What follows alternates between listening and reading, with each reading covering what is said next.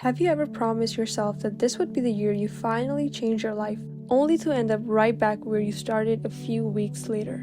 In today's video, we're going to talk about reinventing yourself so you can start living the life you want to live.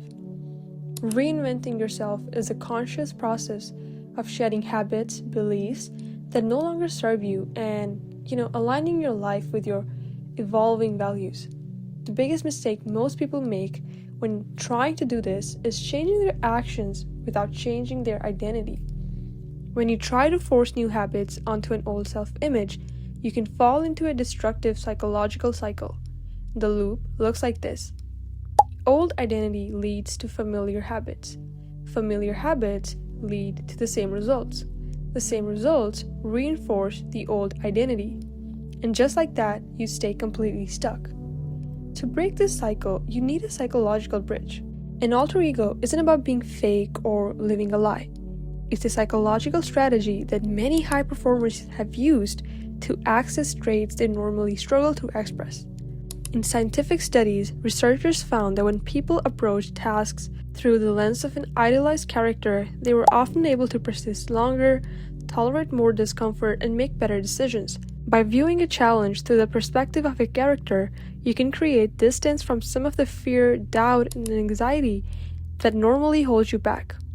Kobe Bryant has spoken about creating the Black Mamba as a way to separate personal struggles from his performance. And I had to separate myself because going through that time, it felt like there's so many things coming at once and just becoming very, very confusing. I had to organize things.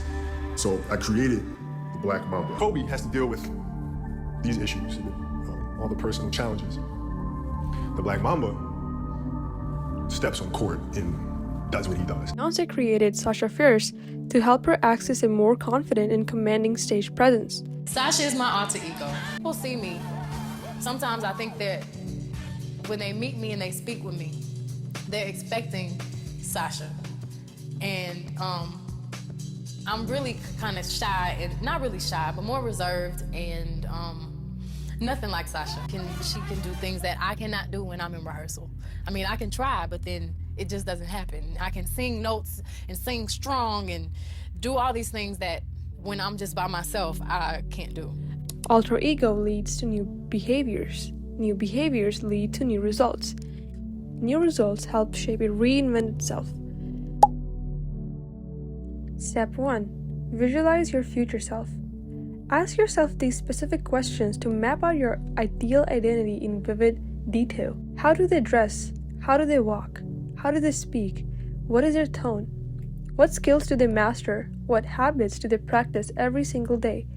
What do their long-term goals look like? What does an average day in their life look like? How are their friends? The type of company they have, the type of mindset they have. You need to understand exactly what their daily life looks like in vivid detail. What does your average day actually look like right now? What specific habits are holding you back? Where is most of your time being wasted? Look closely at the gap between who you are today and who you want to become tomorrow. Design your day around the habits of your future self. You cannot follow your old routine and expect a new life. Isolate any activity that does not align with your future self. For example, mindless scrolling, going to bed late, waking up late. Delete distracting apps, set hard boundaries on time-wasting commitments, and clear your environment of triggers that feed old habits. If you want a new routine to stick, you have to use habit stacking. This is a psychological framework popularized by James Clear in his book Atomic Habits. Instead of creating a new habit from scratch, you anchor it to something you already do every single day without thinking. The formula is simple. After I, current habit, I will, new habit. Think about it. You don't forget to brush your teeth or drink your morning coffee.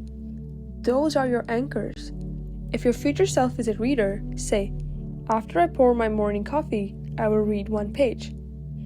If your future self is fit, say, after I close my work laptop, I will do 10 push-ups. Finally, you just have to execute, and this is where the real battle begins. Your brain loves comfort. The moment you try to live differently, you will experience resistance. You will feel tired, you will feel insecure, and you will want to quit. that feeling is completely normal. It is a friction that exists between your old identity and your new one.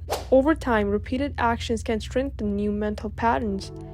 Behaviors that once felt unnatural can begin to feel automatic. The confidence that started as an intentional performance can gradually become genuine. This is one reason Beyoncé eventually retired Sasha Fierce, because she no longer felt the need to rely on the character because many of the qualities it represented had become part of who she was.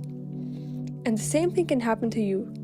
Your true self and your alter ego can eventually begin to merge. The person you once had to pretend to be becomes the person you actually are. Every person you admired was once a beginner trying to become something more. The difference is that they kept showing up long enough for their actions to shape their identity. All of that in my head before it happened. And it's great when you visualize something and it actually comes to life.